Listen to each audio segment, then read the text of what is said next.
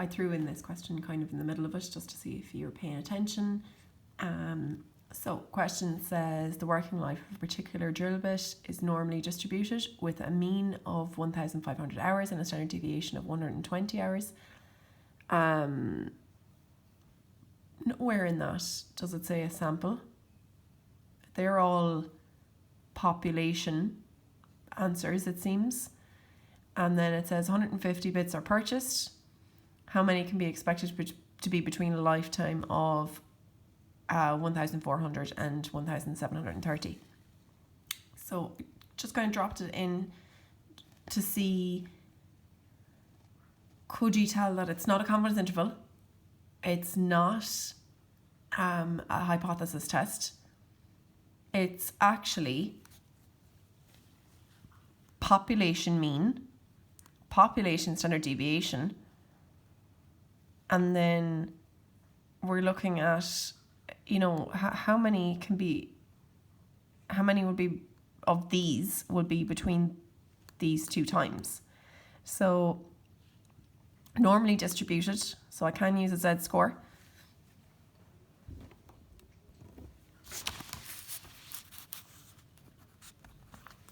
And it's the z-score to do with population. Now I can't find it.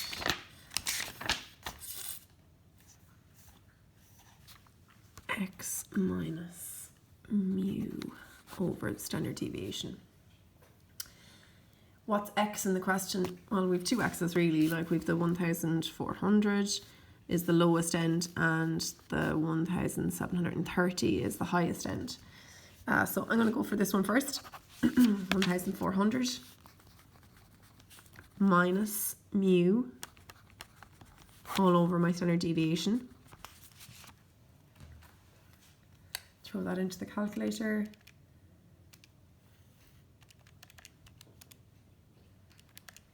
And we end up with minus 0.56 or minus 0.8333. So that's my first z-score.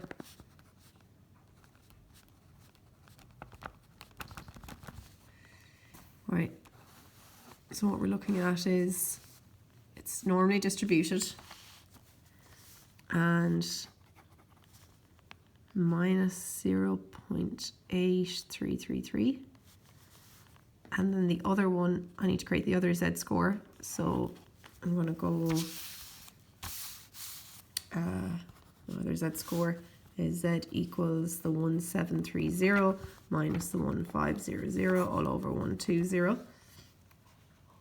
And 1730 minus 1500 is E divided by 120 is that, or 1.91.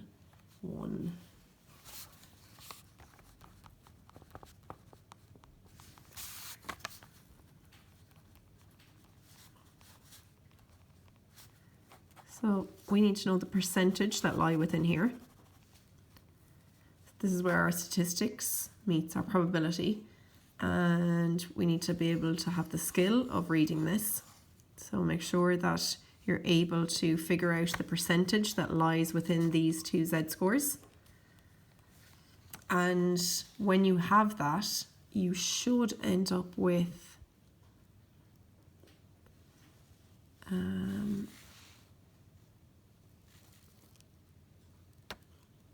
I think it's 0.7 something.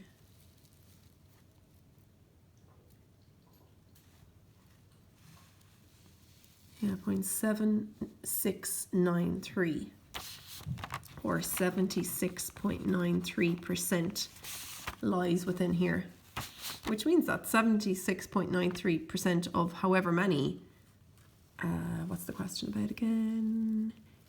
Drill bits, is it? Yeah, will last between those two hours, you know, those two times. It will have a lifetime somewhere between 1,400 and 1,730. So we got this as 76.93%. And the way you get this is you go to your log tables. And make sure you're happy with how to use this page. So the very first thing I'm going to do is I'm going to get beneath 1.91. Now 1.92 is what I'm actually going to have to go to. I'll go to my log tables, 1.92. Find it in your log tables. And it's 97.26. So I have a Z-score of 1.92. All the way up as far as there is, I forget, 97.26%.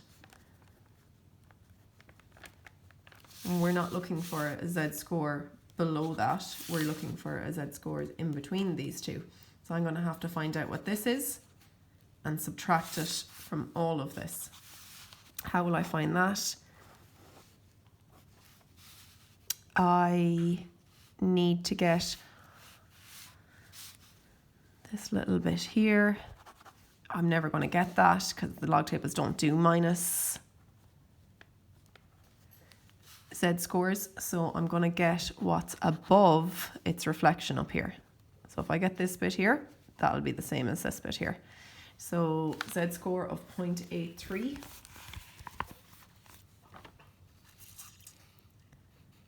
Is 79.67. I need to subtract that from 100. And I end up with 20.33%.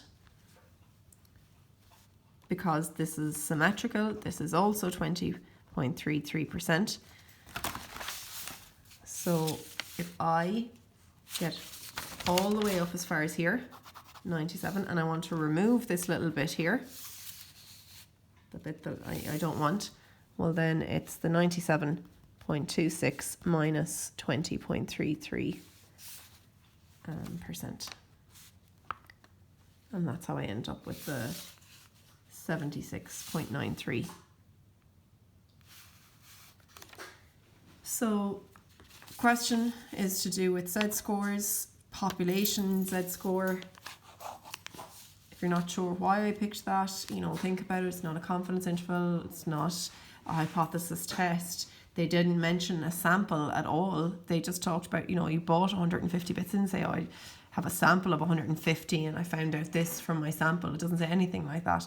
It asks a question to do with what are the, how many of these can I expect to last between 1,400 hours and 1,730.